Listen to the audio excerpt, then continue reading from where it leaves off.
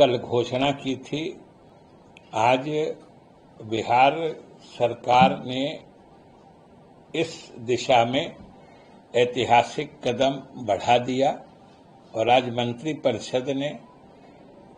ऐसा प्रस्ताव पारित किया है कि अब शिक्षा विभाग में जो अभी खासतौर से शिक्षकों की नियुक्ति चल रही है, उसमें कम से कम 90-95% बिहार के लड़के ही या लड़की, यही लोग उसमें शिक्षक बन पाएंगे। ये बहुत बड़ा फैसला है जिसका इंतजार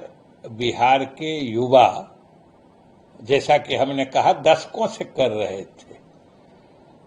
मांग जमाने से ही चली आ रही थी, बहुत लोग मांग भी कर रहे थे, लेकिन ये इतिहास में तारीखी रूप में दर्ज हो जाएगा कि ये फैसला आखिर नीतीश कुमार ने ही लिया,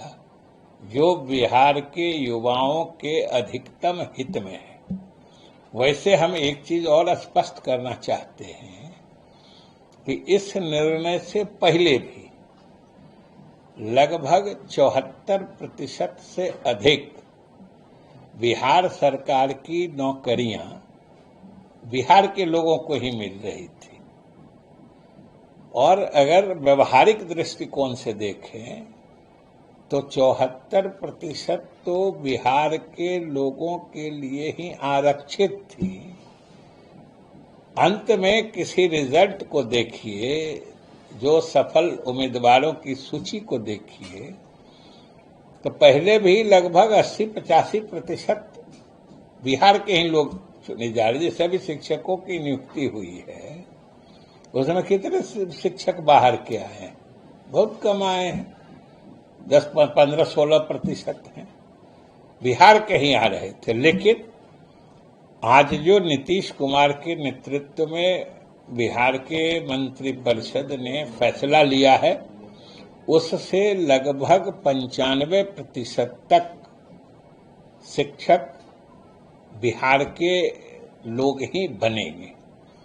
ये बहुत बड़ी खुशखबरी है हमारे बिहार के नौजवानों के लिए, शिक्षित बेरोजगार नवयुवकों और नवयुवतियों के लिए। और एक चीज लेकिन और जो देखने में आ रही है बात, आप लोग भी बराबर पूछते हैं कि कुछ पार्टियां दावा कर रही हैं कि हमारा एजेंडा चुराया जा रहा है, हमारा एजेंडा लिया जा रहा है, या हम जो कहते हैं सो कर देते हैं। तो ये भी बिहार के लोग आखिर देख के समझ रहे होंगे ना कि कोई आदमी या कोई राजनीतिक पार्टी अगर कुछ मांग करता है किसी के लिए, युवाओं के लिए या किसी खास वर्ग के लिए, तो वो दो नियत से होता है। एक नियत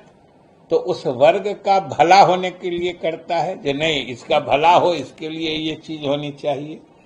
और दूसरा चीज होता है कि अपनी सियासत चमकाने के लिए होता है, अपना एजेंडा के तहत होता है कि इससे हमारी अपनी राजनीति चमका ले। और दोनों में फर्क कैसे किया जाता है वो भी आज आपके सामने है मामला,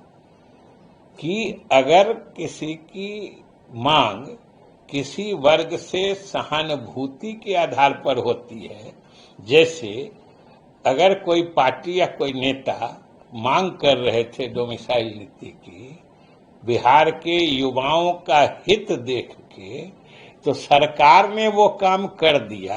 तो सरकार को धन्यवाद देना चाहिए ना, सरकार के प्रति आभार प्रकट करना चाहिए और लोगों को, बिहार के लोगों को बताना चाहिए कि बिहार सरकार ने ये काम जबरदस्त किया है, ये काम बिहार के युवाओं के हित में है, इसलिए हम बिहार सरकार को धन्यवाद देते हैं, आभार प्रकट करते हैं। ये किसी विपक्ष के नेता ने कहा है क्या? और अगर कहा नहीं, अगर उनकी मांग थी या वो चाहते थे तो धन्यवाद भी नहीं दिया, इसका मतलब है कि आपको उनसे सहानुभूति नहीं थी। आप सिर्फ अपनी राजनीति और अपनी सियासत चमकाना चाह रहे थे, और आज अगर वो काम हो गया तो आपको लगता है कि हम मुद्दा विहीन हो गए, अब हम ही बेरोजगार हो गए। बेरोजगार नवयुवकों की बात उठा के वो अपना रोजगार बना रहे थे, और आज बेरोजगारों के लिए अगर रोजगार के अधिक अवसर उपलब्ध करा दिया नीतीश कुमार जी ने, तो उनको लगता है कि हम बेरोजगार हो गए। यही फर्क है किसी से सच्ची सहानुभूति रखने का और किसी मुद्दे को सिर्फ राजनीति के लिए उठाने का। सवाल उनकी को आज आप पूरा देश जानता है, जो महिलाओं के सशक्तिकरण के क्षेत्र में नीतीश कुमार जी का जो काम रहा है, या नीतीश कुमार जी की जो उपलब्धि रही है, या बिहार ने जो पूरे देश को रास्ता दिखाया है, आज तो पूरा देश उसका अनुकरण कर रहा है, अनुसरण कर रहा है। प्रधानमंत्री ने कई मौकों पर सार्वजनिक रूप से ये बात कहा है कि महिलाओं के सशक्तिकरण के लिए या महिलाओं को आगे बढ़ाने के लिए जो बिहार में नीतीश कुमार जी के नेतृत्व में काम हुआ है, वो पूरे देश में एक मिसाल है, और ये तो लगातार हो रहा है। ये कोई उनके कहने से हुआ है? और मुख्यमंत्री जी ने तो जो महिलाओं को आगे बढ़ाने का 50% आरक्षण देने का, 35% आरक्षण देने का, ये सब उन्हीं के कहने से हुआ था।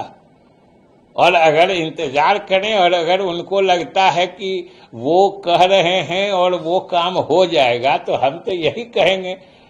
आपकी लगे कि अगर आपकी वो बात मान ली गई है और आप सच्चे दिल से कह रहे थे, आप में ईमानदारी है, तो सरकार को बधाई दे दीजिएगा, मुख्यमंत्री के प्रति आभार प्रकट कर दीजिएगा। तो इसमें तो आपको खुशी होनी चाहिए।